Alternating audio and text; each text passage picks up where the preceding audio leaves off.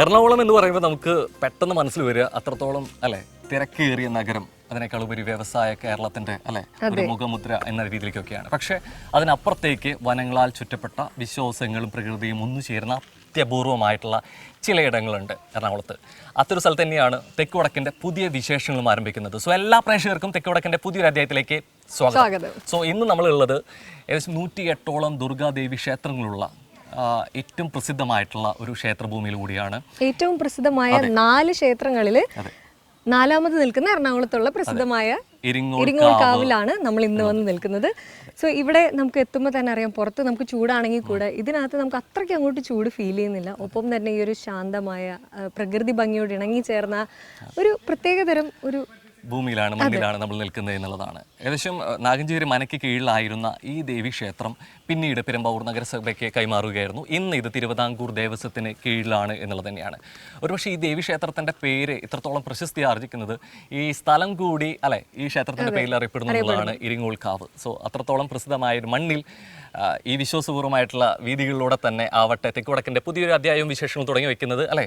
അപ്പം നമുക്ക് കാണാം. യെസ്.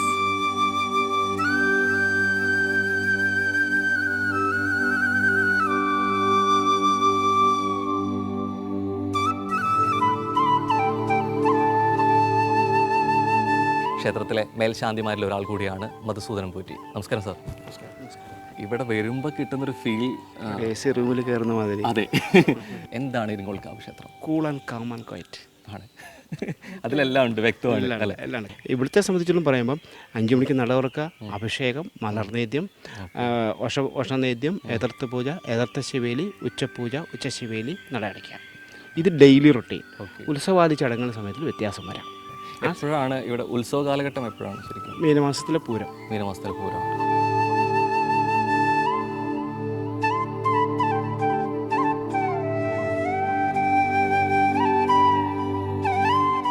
മറ്റു ക്ഷേത്രങ്ങളിൽ നിന്ന് വ്യത്യസ്തമായിട്ട് ഇരിങ്ങോൾക്കാവിലെ ഉത്സവ ദിവസം പൂരം എഴുന്നള്ളിപ്പ് നികരെ പോകുന്നത് നീലങ്കോട് ക്ഷേത്രത്തിലാണ്. അവിടെ ശ്രീകോവിലിലെ തിടമ്പ കയറ്റിയതിനു ശേഷം ആക്ച്വലി ഒരുമിച്ചുള്ളൊരു പൂജയുണ്ട്. ഒരു കൂട്ടിപ്പൂജ എന്നാണ് പറയുന്നത്. ആങ്ങളെയും പെങ്ങളെയും ഒരുമിച്ചിരുത്തി അതിനുശേഷമാണ് തിരികെ ഇവിടെ എത്തി പൂരം ആഘോഷങ്ങളും ചടങ്ങുകളും ഒക്കെ ആരംഭിക്കുന്നു എന്നുള്ളത്.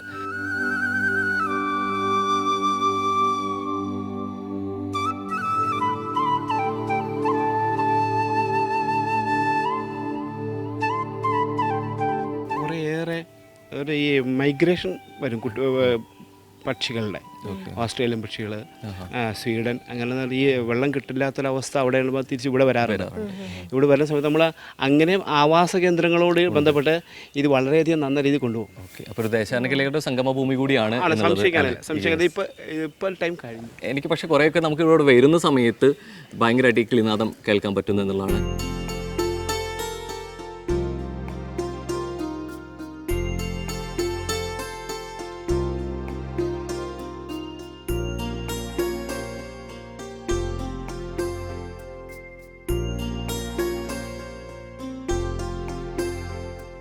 ഇരിങ്ങോൾ കാവ് ക്ഷേത്രത്തിലെ ക്ഷേത്ര കമ്മിറ്റി സെക്രട്ടറി സദാനന്ദൻ ചേട്ടനാണ് നമ്മുടെ കൂടെ ഇപ്പോൾ ജോയിൻ ചെയ്യുന്നത്. കേരളത്തിൽ 30 ഏക്കറുകളുള്ള 4 കാവുകളിൽ ഒന്നാണത്. ദേവിയെ പോലെ തന്നെ ഞങ്ങൾ ഈ മരങ്ങളെ ഇതുവരെ കാത്തു സൂക്ഷിച്ചു. ഒരു മരം കൊമ്പ് പോലും ഞങ്ങൾ ഇവിടുന്ന് എന്താവശ്യമാണെങ്കിൽ പോലും ഞങ്ങൾ വെട്ടാൻ സമ്മതിക്കാറില്ല.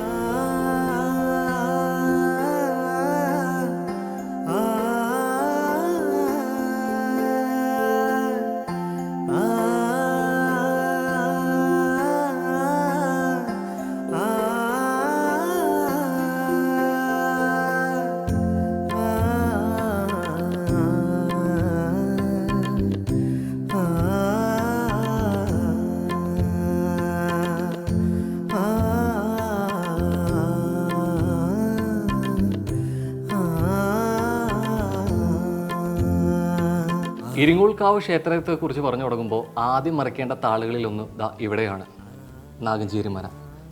ആക്ച്വലി നമ്മൾ ഇന്നത്തെ എപ്പിസോഡ് തുടങ്ങി വെക്കുമ്പോൾ തന്നെ പറഞ്ഞിരുന്നു ഇവിടെ നിന്നായിരുന്നു, കാരണം നാഗഞ്ചേരി മനയ്ക്ക് കീഴിലായിരുന്നു ആദ്യം ഇരിങ്ങോൾക്കാവ് ക്ഷേത്രം എന്നുള്ളത്. പിന്നീടാണ് പെരുമ്പാവൂർ നഗരസഭയ്ക്ക് കൈമാറിയതും തിരുവിതാംകൂർ ദേവസ്വത്തിന് കീഴിൽ ക്ഷേത്രം പ്രവർത്തിക്കുന്നതുമൊക്കെ. ഏകദേശം 800 വർഷത്തിലേറെ പഴക്കമുള്ള ഒരു മന കൂടിയാണ്. അതിനേക്കാൾ ഉപരിയായിട്ട് എറണാകുളത്തെ വളരെ ചുരുക്കം നാലുകെട്ടുകളിൽ ഒന്നാണ് നാഗഞ്ചേരി മന എന്നുള്ളതാണ്.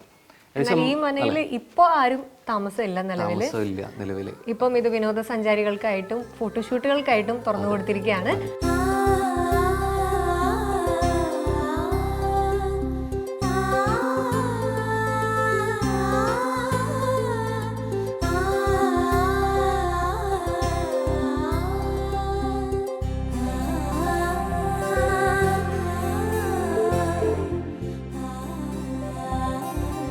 മലയാളത്തിൽ നമ്മൾ ഇഷ്ടത്തോടെ ചൊല്ലിയ വരികളിൽ അല്ലെ ഇങ്ങനെ പറഞ്ഞിട്ടുണ്ട്, ആലായിൽ തറ വേണം, അടുത്തൊരു അമ്പലം വേണം, അമ്പലത്തിൽ ആലിന് ചേർന്നൊരു കുളവും വേണം. ആക്ച്വലി നാഗഞ്ചേരി മനയും അതുപോലെ തന്നെ എരിങ്ങോൾക്കാവ് ക്ഷേത്രത്തിനോടും ചേർന്ന് ബന്ധപ്പെട്ട് കിടക്കുന്ന ഒരു കുളം ആണ്.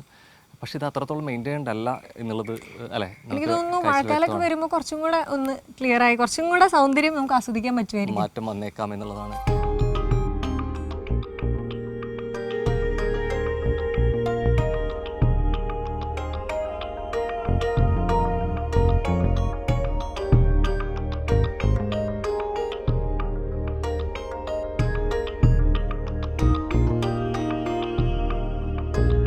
അപ്പോൾ ഇനി നമ്മൾ പോകുന്നതാണ് എറണാകുളത്തിൻ്റെ തന്നെ ഇത്തരത്തിൽ ശാന്തസുന്ദരമായിട്ടുള്ള ഒരു പ്രകൃതിയാൽ ചുറ്റപ്പെട്ട ഒരു സ്ഥലം കൂടി തന്നെയാണ് പാനിയേലി പൂര് എന്നുള്ളത്.